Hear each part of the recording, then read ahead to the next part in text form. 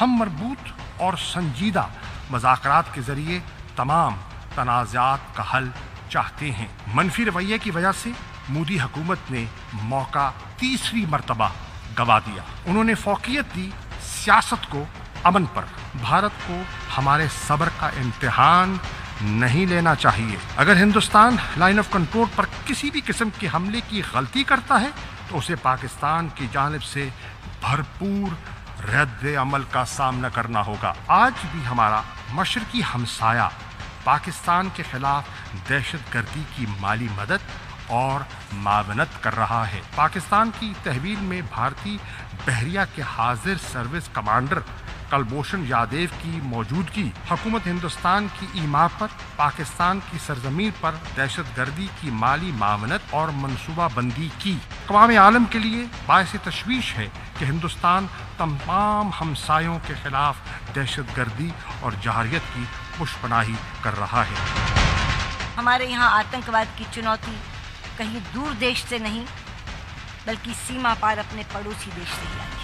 9/11 کا master mind تو مارا گیا، کنتو 26/11 کا ماسٹر مائنڈ حافظ سعید آج بھی کھلا گھوم رہا ہے۔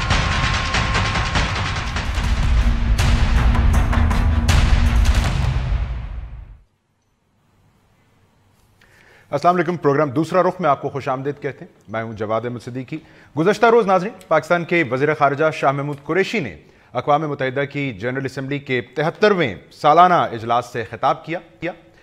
مقامی طور پر بھلے اس خطاب کو بھارتی وزیر خارجہ سشما سوراج کے خطاب کا ایک منہ توڑ جواب گردانا جائے، لیکن حقیقت یہ ہے ناظرین کہ اس فورم پر کیا جانے والا خطاب دو ممالک میں مقابلے سے زیادہ اقوام عالم کے سامنے ملکی اور عالمی مسائل پر اپنی سوچ اور حکمت عملی رکھنے کا ایک موقع ہوتا ہے۔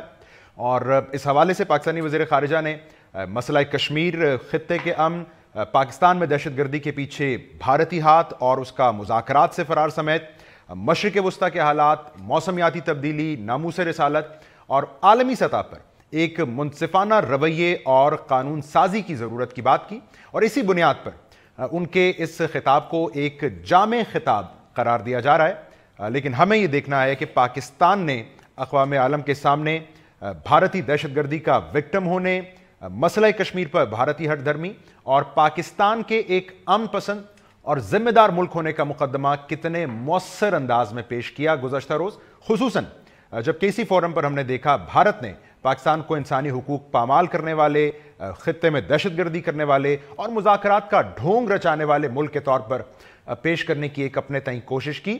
اور کل پاکستان نے اقوام عالم کے سامنے جو بیان رکھا ہے اس کی روشنی میں اب ہم نے اپنی خارجہ پالیسی کو کیسے لے کر چلنا ہے، اس پر آج کے پروگرام میں ہم بات کریں گے۔ بہت سینئر پینل آج اس کے لیے ہم نے تشکیل دیا۔ تعارف کرواتا ہوں، پاکستان کے سابق سیکرٹری خارجہ اور امریکہ میں پاکستان کے سابق سفیر نجم الدین شیخ صاحب ہمیں جوائن کر رہے ہیں۔ سینئر صحافی اور تجزیہ کار جناب افتخار احمد صاحب سے بھی تجزیہ لیں گے، اور اسٹوڈیو میں میرے ساتھ موجود ہیں سینئر دفاعی تجزیہ کار جناب لیفٹیننٹ جنرل ریٹائرڈ امجد شعیب صاحب۔ تمام مہمانوں کے شکریہ کے ساتھ اب شیخ صاحب میں آپ کی طرف آ رہا ہوں۔ آپ کی نظر میں کل قریشی صاحب کے خطاب کا کون سا حصہ سٹینڈ آؤٹ کرتا ہے، اور نئی حکومت پاکستان کی کیا پالیسی کے خد و خال کل دنیا نے دیکھے اور ان کے سامنے رکھے شاہ محمود قریشی صاحب نے جو سب سے امپورٹنٹ تھے آپ کی نظر میں؟ دو چیزیں، ایک تو انہوں نے دنیا کو بتایا کہ ہم کس حد تک وکٹمز ہیں دہشت گردی کے، اور کشمیر میں کیا صورتحال پیدا ہوئی ہے اور جس پہ ہمیں انڈیپینڈنٹ کمیشن کی ضرورت ہے۔ دوسری چیز جو مجھے جس سے میں متاثر ہوا وہ یہ کہ انہوں نے آخر میں جو 10 نکات بتائے اس میں انہوں نے کہا کہ اقوام متحدہ کو زیادہ اسٹرنتھن کرنے کی ضرورت ہے، اور پاکستان کا نقطہ نظر ان 9 باتوں پہ، جس میں نیوکلیئر سپلائرز گروپ آ گئی، جس پہ منیمم نیوکلیئر ڈیٹرنٹ آ گیا، جس پہ آ گیا کہ سب ہم کلائمیٹ چینج کے سلسلے میں کیا کر رہے ہیں اور دنیا سے کیا توقع رکھتے ہیں، یہ سب چیزیں انہوں نے 15 منٹ میں مجھے لگتا ہے کہ بہت جامع ایک تقریر میں پاکستان کا نقطہ نظر پیش کیا۔ جو چیز اس میں اہم تھی وہ یہ کہ ہم بات چیت کے لیے تیار ہیں، اور اگر بات چیت کے بجائے ہندوستان نے کوئی جارحانہ کارروائی کرنے کی کوشش کی تو اس کا ہم جواب دینے کو تیار ہیں۔ یہ واضح تھا کہ ہم یہ نہیں چاہتے لیکن اگر ہم پہ یہ سونپا گیا تو ہم جواب دیں گے. تو مجھے لگتا ہے کہ انہوں نے اپنی پاکستان کی جو پرسپیکٹو ہے وہ پوری طرح سے انہوں نے ایکسپلین کیا اور اچھی طرح سے ایکسپلین کیا. بالکل ٹھیک. جنرل صاحب آپ کی نظر میں پیمانہ کیا ہے؟ قریشی صاحب نے کتنا مؤثر جواب دیا سشما سوراج صاحبہ کے موقف کا، یا ماضی میں پاکستان کی نمائندگی جو اس فورم پر کرتے رہے ہیں ان کی بنسبت کتنا بہتر اور مختلف انداز میں پاکستان کا مقدمہ پیش کیا؟ بسم اللہ الرحمن الرحیم. جواب ماضی میں تو مجھے لگتا ہے کہ ہمارے فورن پالیسی کے خصوصاً پچھلے 5 سال تو ضائع گئے، کیونکہ ہم نے اس وقت میں بہت ساری تکلیفیں جھیلیں، بہت سارا ہمارا نقصان ہوا، لیکن ہم اپنے آپ کو پالیسی کو یا اپنے نیریٹو کو افیکٹو طریقے سے دنیا میں نہیں لا سکے. سب سے امپورٹنٹ چیز تھی کہ پاکستان میں 70-80 ہزار لوگ مارے گئے، ہم ظلم کا شکار ہوئے. آخر کوئی باہر سے یہ سارا کام کروا رہا تھا، اور اس کے بعد دہشت گرد بھی ہم ہی کہلائے. ہندوستان ہمیں الزام دیتا رہا، اور یہاں کسی کو توفیق ہی نہیں ہوئی کہ وہ اس چیز کو، اس لیبل جو ہمارے ماتھے پہ سجایا جا رہا تھا اور ہمیں ہر جگہ اس پہ ہم دفاعی موڈ میں نظر آتے تھے کہ ہم صفائیاں پیش کر رہے ہیں. ہندوستان کہتا تھا ہم ٹیررزم پہ بات کرنا چاہتے ہیں تو ہم کترانا شروع کر دیتے تھے. تو یہ وہ ایک ایسپیکٹ تھا جو میں سمجھتا ہوں بہت بری طرح نگلیکٹ ہوا تھا پہلے. اور آج جتنا کھل کے بات ہوئی، میں یعنی ایک ٹیلی ویژن پروگرام میں مجھ سے پوچھا کسی نے کہ آپ کیا توقع کرتے ہیں کہ وہاں پہ شاہ محمود قریشی جب ایڈریس کریں گے تو اس میں کیا کیا ایسی باتیں ہیں جو کرنی چاہیے. جو میں نے سوچا یا کہا اس سے تو کافی زیادہ انہوں نے سبجیکٹس پہ بات کی، جامع تھا. ہاں، لیکن ٹیررزم کے حوالے سے میں نے کہا کہ کاش کلبھوشن کے علاوہ APS آرمی پبلک اسکول کا اور جو مستونگ میں جو دھماکہ ہوا، جو لیٹسٹ کا جس میں بہت زیادہ نقصان ہوا، آپ کی امید پر پورا اترے ہو. میں یہ بتا رہا ہوں کیونکہ ہمارے پاس ثبوت تھے. ٹھیک ہے. یہ تو ظلم یہی ہے نا کہ جب آپ کے پاس کلبھوشن تو ایک زندہ جاوید چیز ہمارے پاس تھی. احسان اللہ احسان کے ہمارے پاس انٹرویوز موجود ہیں جہاں وہ کہتا ہے کہ خالد خراسانی جس نے ادھر اتنے زیادہ حملے کیے ہیں، اور خالد خراسانی کی جو آپ کہہ لیجیے کہ اس کی ٹیم شامل تھی APS کے معاملے میں، اور وہ شخص اس کو اس نے بتایا کہ اس کو انڈیا یہاں ہینڈل کرتا ہے، اور جب وہ زخمی ہوا 1-2 دفعہ تو اس کو انڈیا لے کے جا کے ٹریٹمنٹ کرواتے رہے. اتنا کچھ آپ کے پاس ہو اور پھر آپ دہشت گرد کہلوائیں، آپ بات نہ کر سکیں. آپ کی رائے کیا ہے افتخار صاحب کل کے خطاب کو لے کر؟ بہتر مقدمہ پیش کیا قریشی صاحب نے جو ماضی قریب میں حکومت تھی اس کی نسبت؟ اردو کا انتخاب کیا انہوں نے، یہ نیشنلزم کا تقاضا تھا، یہ کیوں ضروری تھا افتخار صاحب؟ 15 منٹ میں جو کچھ کہا جا سکتا تھا بہت بہتر انداز میں انہوں نے کہا. اردو زبان استعمال کی، کوئی بری بات نہیں ہے. وہاں پہ جتنی تقاریر ہوتی ہیں زیادہ تر مقامی زبانوں میں ہوتی ہیں، اور اس میں کوئی انہونی بات نہیں ہے. تو اس کا مطلب کہ یہ ماضی کی نسبت جنرل صاحب کی رائے ٹھیک ہے کہ ہمارا مقدمہ ہی ٹھیک طریقے سے پیش نہیں کیا جاتا رہا. ماسوا ایک چیز اور ہمیں کہنی چاہیے اور ہائی لائٹ کرنی چاہیے، وہ ہے جو برٹیلٹی ہو رہی ہے اس وقت آکوپائڈ ٹیریٹری میں، اس پہ ہمیں اور ہمارے سفارتکار جو دنیا بھر میں موجود ہیں ان کو کام کرنا چاہیے روزانہ کی بنیادوں پر. اسمبلی کے اجلاس میں آپ کو 15 منٹ ہی مل سکتے ہیں، لیکن ان سفارتکاروں کو بہت اچھی تنخواہیں دی جاتی ہیں، بڑے بڑے ان کو فوائد پہنچائے جاتے ہیں، اور ان کا کام کوئی نہیں ہے کہ ماں سوائے کہ ہمارے حوالے سے بات کریں. میں 20 مرتبہ کہہ چکا ہوں کہ وقت آ گیا ہے کہ ہمارے سفارتکار جس ملک میں ہیں وہاں کے جو انٹلیکچوئلز ہیں انہیں بلائیں، کبھی ڈنر پہ بلائیں، کبھی کافی پہ بلائیں، کبھی چائے پہ بلائیں.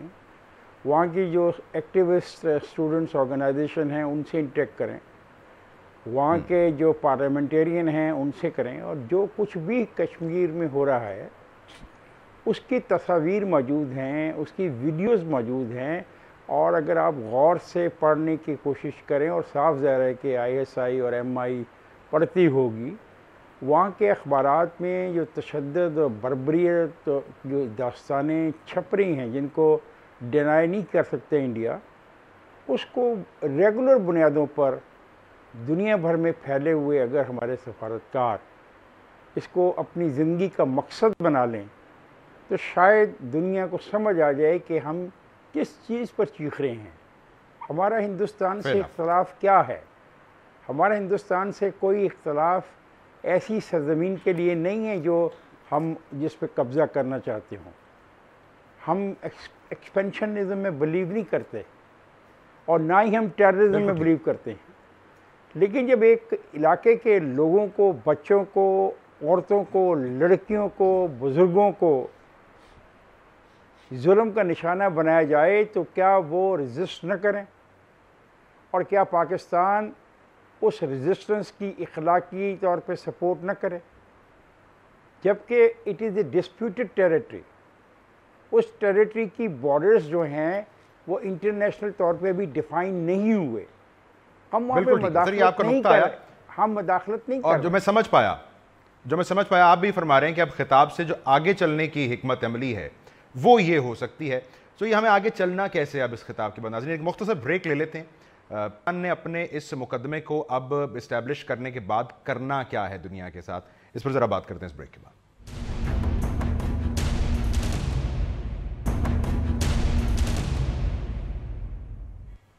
ویلکم بیک ناظرین.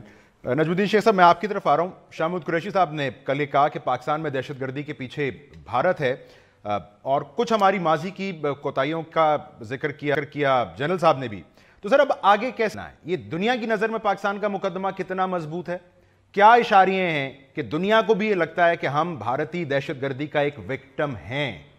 جی شیخ صاحب. دیکھیے ابھی ہمیں جو سرزمین کی حقیقت ہے اس کو بھی پہچاننا چاہیے. ابھی امجد صاحب نے ذکر کیا کہ ہمارے پاس ٹھوس ایویڈنس ہے کہ یہ خراسانی صاحب جو اے پی سی میں انوالو تھے، ان کی دوا درمل بھی ہندوستان میں ہوتی تھی اور ان کے ساتھ رابطہ رہتا تھا. اسی طرح سمجھوتا ایکسپریس کے جو واقعے ہیں اس پہ بھی ہمارے پاس ثبوت ہیں.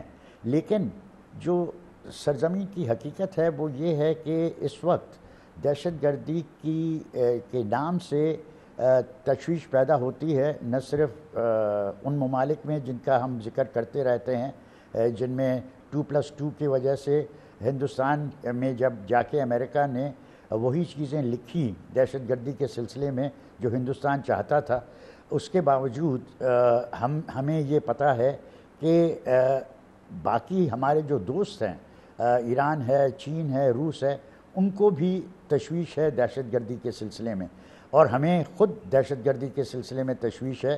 ہم نے بہت کچھ کیا ہے اپنی جنگ دہشت گردی کے خلاف جو ہم نے لڑی ہے، اور جس میں 70,000 سے زیادہ لوگ قربان ہوئے ہیں، شہید ہوئے ہیں. اب مسئلہ یہ ہے کہ اس کے بعد بھی ہندوستان اس نوعیت کی چیزیں کہہ سکتے ہیں کہ ہم آپ کے ہاں 132 ٹیررسٹ ڈیزگنیٹڈ ٹیررسٹ ہیں، اور آپ کے ہاں 22 ٹیررسٹ آرگنائزیشن ہیں. یہ تو انہوں نے کہا. جی وہی میں اسی کو دہرا رہا ہوں اس وجہ سے، کیونکہ جب وہ یہ کہتے ہیں تو ان کی سنوائی ہوتی، اور یہ سنوائی جو ہے وہ حقیقت، سرزمین کی حقیقت ہے، اس کو بدل کے اس کی دوسری نوعیت کی عکاسی ہوتی ہے.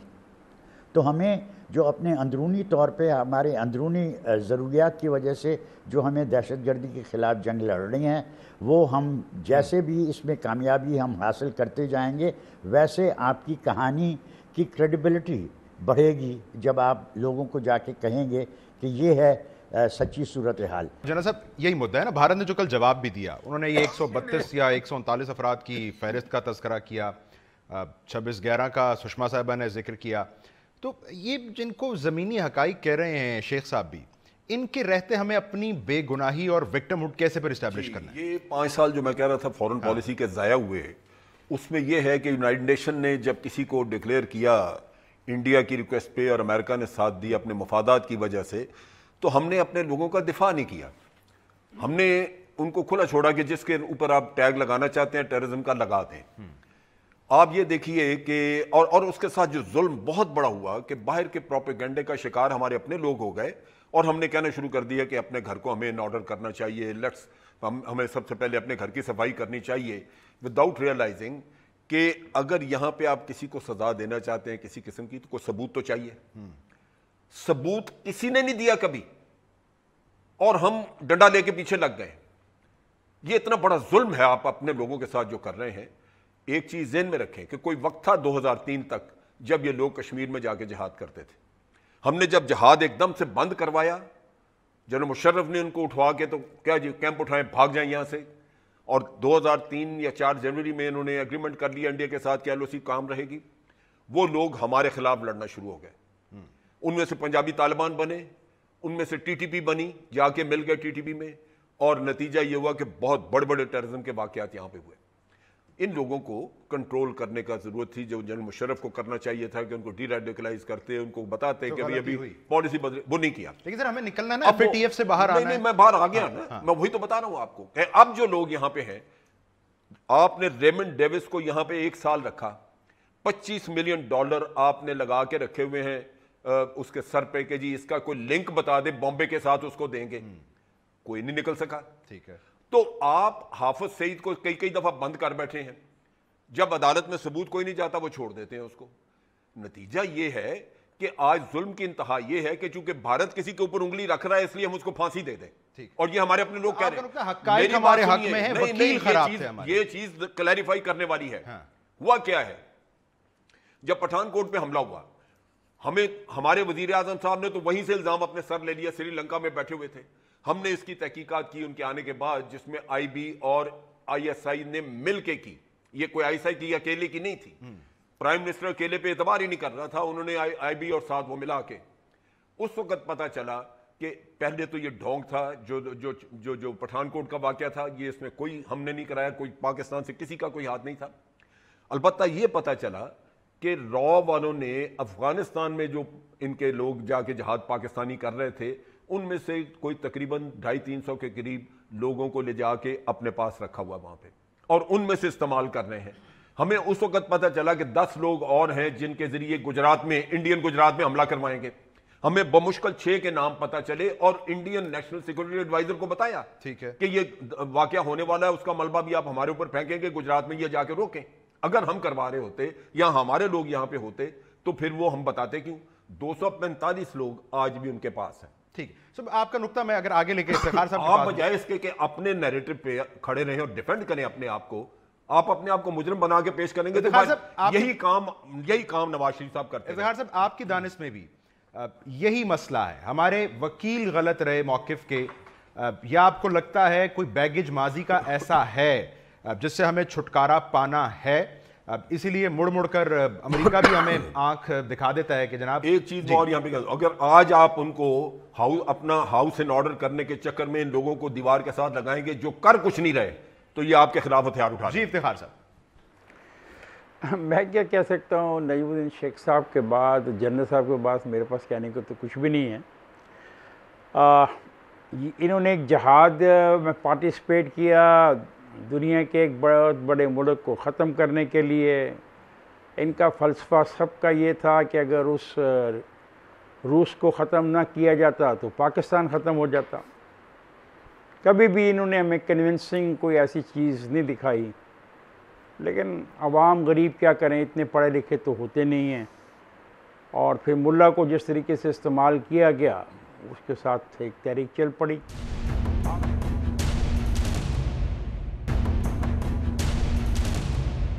سفیروں کی تعیناتی اور تبادلے یا واپس بلانے پر اب موجودہ حکومت سنجیدگی سے کوئی غور کرے، کیونکہ ماضی میں تو ہم نے دیکھا کہ یہ عہدے ایسے دیے جاتے تھے جیسے کسی کو نوازا جا رہا ہے، یا اکثر انعام کے طور پر جی آپ یہاں چلے جائیں.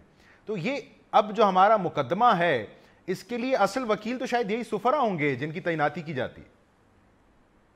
جی آپ مجھ سے پوچھ رہے ہیں؟ جی شیخ صاحب. نہیں دیکھیے، پہلے یہ دیکھیے کہ آپ کا کیس کیا ہے، اور کیس کو پھر آپ پوچھیں کہ اس کو آگے بڑھانے کے لیے کس نوعیت کے لوگوں کی آپ کو ضرورت ہے. آپ کے کیس میں جیسے ابھی ذکر ہو رہا تھا کچھ خامیاں ہیں، اور وہ خامیاں اس وقت دور ہوں گی. دیکھیے آپ کے سفیر جو ہیں وہ اسی اسٹرینتھ سے بول سکتے ہیں جو کہ آپ کی اندرونی طاقت ہے، جو آپ کی اندرونی کوہیسونیس ہے، جو آپ کا اندرونی اتحاد ہے، اور جو آپ کی استحکام ہے. اس کی بنا پہ جو بولیں گے تو ان کی بات سنی جائے گی. اگر وہ دیکھیں گے، میں ایک طور پہ مثال دیتا ہوں کہ اگر میں مالی کے سلسلے میں مالی کا بندہ میرے پاس آتا ہے اور مجھے بتاتا ہے کہ مالی میں کیا صورتحال ہے، تو میں اس کو توجہ اس وقت دوں گا جب کہ مجھے پتہ ہے کہ مالی ایک ٹھوس استحکام والا ملک ہے اور وہ افریقہ میں کیا کیا چیزیں کر سکتا ہے. تو یہ ایک بیسک پرنسپل ہے ڈپلومیسی کا کہ آپ عکاسی کرتے ہیں اپنی انٹرنل اسٹرینتھ کا، اپنی انٹرنل کوہیسونیس کا، اپنی انٹرنل اسٹیبلٹی کا. وہ پیدا کرنا ضروری ہے. میں پھر سے دہراتا ہوں کہ آپ کو اپنی اندرونی صورتحال کو صحیح کریں گے تو آپ کی بات سنی جائے گی. اب کس کو اس کے لیے امپلوائے کیا جائے، یہ آپ کا کہنا صحیح ہے. آپ کو آرٹیکولیٹ اور نالجبل سفیروں کی ضرورت پڑے گی، اور یہ آرٹیکولیٹ اور نالجبل سفیر آپ جن کو 20 سال سے آپ ٹرین کر رہے ہیں، 22 سال سے ٹرین کر رہے ہیں، ان کو آپ استعمال کریں گے تو وہ اپنے تجربے کے، ماضی کے تجربے کی بنا پہ آپ کا کیس پوری طرح سے پریزنٹ کر سکیں گے. ہم سب کو جو فارن آفس میں تھے ان سب نے تاریخ کشمیر کی ان کو رٹی ہوئی ہے، ان کو حفظ ہے.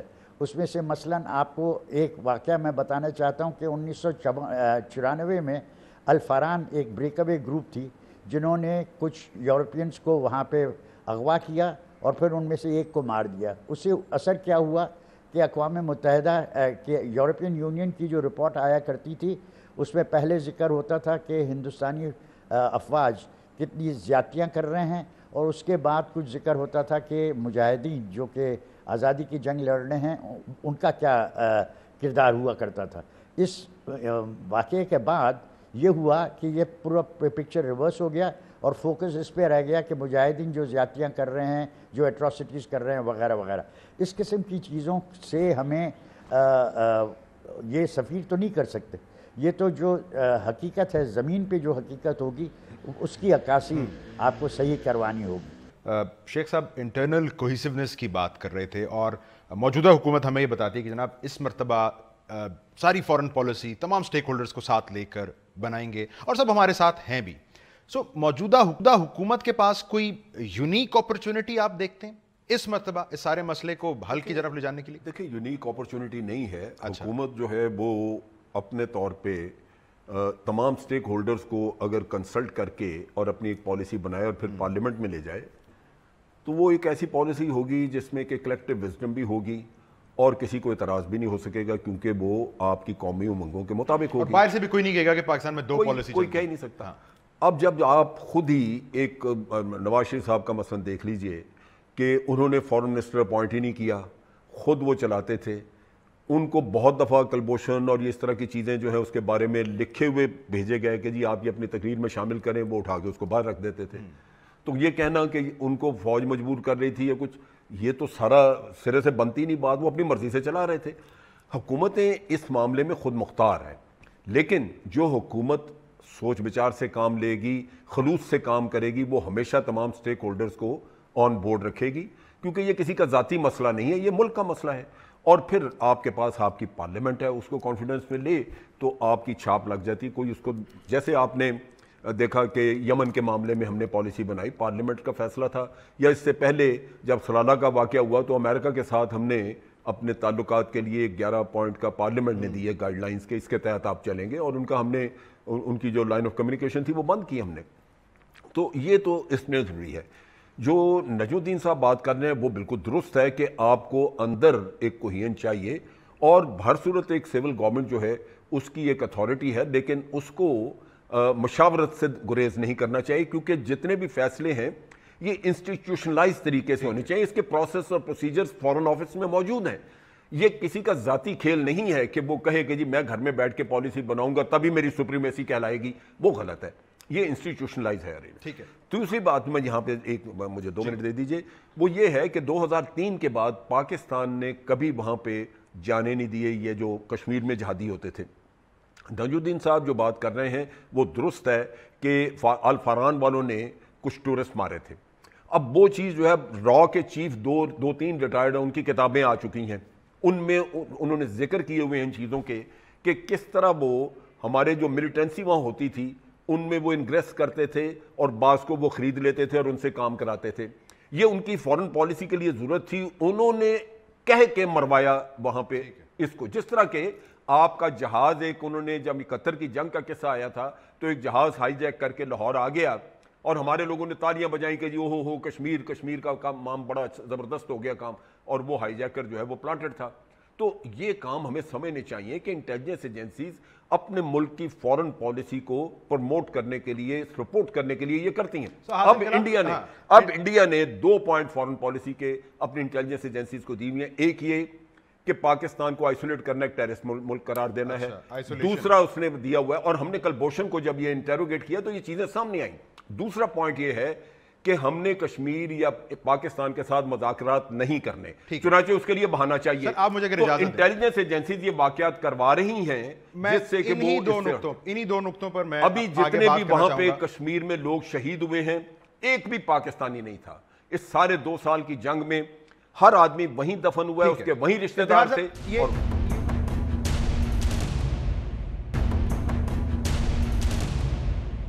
یہ ذکر آئسولیٹ کرنے کا شاہ محمود قریشی صاحب نے بھی کیا، اور انہوں نے کہا جی یونیورسلٹی اور ملٹی لیٹرزم نہیں ہے اب، اور ایک ایسا عالمی نظام ہونا چاہیے جس میں غیر جانبداری ہو. تو سر ذرا اس کا حقیقت پسندانہ تجزیہ کیا ہے؟ میں اس کے معاشی اینگل پر بات کرنا چاہ رہا ہوں. دنیا کے لیے ہم پلہ ہو سکتے ہیں بھارت اور پاکستان؟ یہی تقاضا کر رہے ہیں شاہ محمود قریشی صاحب ایک آنکھ سے دیکھا جائے؟ سر یہ مجھ سے افتخار صاحب. جی افتخار صاحب. دیکھیں میں تو حیران ہوں کہ میرے جو دونوں دوست کہہ رہے ہیں ان کا تو مقدمہ بڑا سٹرونگ ہے ہمارے خلاف. لگتا ہے کہ ان کا مقدمہ تو ہمارے ہی خلاف ہے. ہمارے میں اہلیت نہیں ہے، پاکستان کے اندر کوئی انڈرسٹینڈنگ نہیں ہے اپوزیشن اور گورنمنٹ میں، ہم نااہل لوگ ہیں، ہمارے پاس وزیر خارجہ نہیں تھا، ہم کلبھوشن کا نام لینے سے گریز کرتے رہے، آل فرحان والوں کی وجہ سے ہم اور پیچھے ہٹ گئے. مجھے لگتا ہے یہ تو کیس ہی ہمارے خلاف ہے. اگر یہ کاش میری بات پہ غور کریں اور برا نہ منائیں تو جو کچھ وہاں پہ آکوپائڈ ٹیریٹری میں ہو رہا ہے وہاں بھی تو بہت سارے ایسی چیزیں، ایسی تصاویر، ایسے واقعات، ایسے حقائق موجود ہیں جن کو آپ کے سفیر چھاپ کے، پڑھ کے، لکھ کے لوگوں کے ساتھ ڈسکس کر کے بتا سکتے ہیں. یا صرف آپ ہی نے فیصلہ کر لیا کہ ہم ہی برے ہیں اور جب تک ہم ٹھیک نہیں ہوں گے تو ہمارے ساتھ یہی سلوک ہوگا؟ یہ میری تو سمجھ سے باہر ہے. دیکھیں آپ یہ کہنا چاہتے ہیں کہ ہندوستان میں کوئی آزادی کی تحریک نہیں چل رہی، میں حیران ہوں. اور اگر چل رہی ہے، اگر آپ مانتے ہیں تو ان آزادی کی تحریکوں کے بارے میں میرے جو غیر ملکی سفیر بیٹھے ہیں وہ لوگوں کو کیا آگاہ کرتے ہیں کہ وہاں پہ کیا حالات ہیں؟ وہاں پہ دلت کی جو موومنٹ چل رہی ہے، جو جاٹس کی موومنٹ چل رہی ہے، جو اب یہ ہم نے کہا کہ ہم ایک کوریڈور کھولیں گے، اس کوریڈور کے اوپر جو رد عمل آیا ہے اس سے دنیا کو احساس نہیں ہوتا کہ ہندوستان کا رویہ کیا ہے. مجھے نہیں سمجھ آتی کہ پہلی بات ہے کہ غلطی آپ کی اپنی ہے. کس نے کہا تھا روس کے ساتھ جا کے جھگڑا کرو اور اس جنگ کے اندر تم کسی کے کہنے میں شامل ہو جاؤ اور پیسوں کی خاطر شامل ہو جاؤ؟ اور آپ نے پیسے کما لیے، لوگوں نے کہا آپ تو کرائے کے لوگ ہیں، پیسے لیں اور گھر جائیں.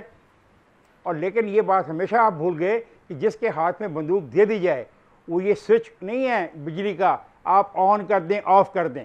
آپ نے ان کو تربیت آن آف نہیں ہوتا، نہیں ہو رہا اور آپ اپنی غلطی آج بھی نہیں مان رہے ہیں. آج بھی ساری کی ساری غلطی آپ نواز شریف کے کندھے پہ ڈالنا چاہتے ہیں، کسی اور کے کندھے کو ڈھونڈ رہے ہیں. یہ غلط ہے، یہ آپ کا اصول میں نہیں مانتا. آپ کے ایمبیسڈر وہاں پہ کیا کر رہے ہیں؟ کیوں آپ نے ایمبیسیز رکھی ہوئی ہیں؟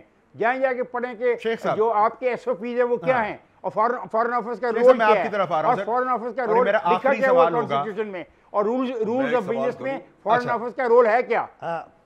صرف فارن آفس کا رول یہ ہے کہ جا کے کاغذات پیش کرو اور تصویر اور گھر میں لٹکا لو. مغربی مشرقی پاکستان علیحدہ کروایا اور انہوں نے یہی لوگ استعمال کیے، تو کیسے انہوں نے روک لیا تھا ان لوگوں کو دوبارہ؟ انہوں نے بھارت میں کیوں نہیں جنگ شروع کر دی؟ شیخ صاحب میں گفتگو ذرا مسئلہ کشمیر کے اوپر لا کے سمیٹنا چاہوں گا. شاہ قریشی صاحب کہہ رہے تھے اقوام متحدہ کے درمیان کھڑے ہو کر ان کی قراردادیں ان کو یاد دلا رہے تھے اور کہہ رہے تھے کہ اقوام متحدہ کی ذمہ داری ہے. تو سر اب یہ بتائیں کہ یہ جو ان ایکشن یا ان ایبلٹی نظر آتی ہے اقوام متحدہ کے پارٹ پر, انہی نے پھر حل کروانا ہے مسئلہ یا یہ پاکستان بھارت کو بائی لیٹرلی ہی بیٹھنا ہے؟ اس کا مختصراً جواب دیجیے اور میں پھر گفتگو کو بھی سمیٹ. دیکھیں کشمیر سے پہلے میں آپ نے جو معاشی صورتحال کا سوال کیا تھا وہ ایک اہم سوال ہے. یہ مت بھولیے ابھی تو آپ یہ کہہ سکتے ہیں کہ ہندوستانی اکانومی جو ہے وہ آپ سے 10 گنا بڑی ہے. آپ کی $300 ارب ہے, ان کی $3 خرب ہے. آپ اگر ان کا ڈیفنس بجٹ دیکھیں تو ہمارا $9 ارب کے قریب ہے, ان کا 63-64 ارب کا بجٹ ہے. لیکن اگر آپ ماضی میں دیکھیں تو آپ کو یہ نظر آئے گا کہ پاکستان اس نوعیت کی ترقی کر رہا تھا کہ ہمارا $100 کا نوٹ جو ہے وہ $130 ہندوستانی خریدتا تھا. ہمارے ہاں اس وقت ترقی کی راہ جو تھی وہ 6% کے قریب 6 اور 6.5% تھی, جبکہ ہندوستان کا ریٹ آف گروتھ 3% تھا. تو ہمارے ہاں ہوا کیا ہے؟ ہمارے ہاں یہ نہیں ہے کہ ہمارے وسائل نہیں ہیں, ہمارے پاس لوگ نہیں ہیں. ہمارے ہوا یہ ہے کہ مس گورننس ہوئی, اور مس گورننس کو ٹھیک کرنا, اس کی وجہ سے میں کہتا ہوں کہ ہمارا مسئلہ جو ہے وہ اندرونی اس نوعیت کا ہے کہ اگر آپ اپنی انسٹیٹیوشنز کو ٹھیک کریں, اگر آپ گورننس کو ٹھیک کریں تو ہم پھر وہی چیز کر سکتے ہیں جو کہ ہم ماضی میں کر چکے ہیں کہ ہمارا ریٹ آف گروتھ اگر ہندوستان سے زیادہ نہ ہو تو ہندوستان کے برابر ضرور ہو سکتا ہے, اور غربت کی جتنی ان کے ہاں ہے ویسی ہمارے ہاں ہے, لیکن ان کے ہاں ابھی بھی لٹریسی ہم سے بڑھ گئی ہے اور چیزیں بڑھ گئی. دیکھیے آپ کو دیکھنا ہے کہ آپ کی جو سٹینڈنگ ہے, جو جب آپ دیکھتے ہیں یہ فگرز دیکھتے ہیں تو ہم 136ویں نمبر, ہندوستان 136ویں نمبر پہ ہے, ہم 151 نمبر پہ ہیں.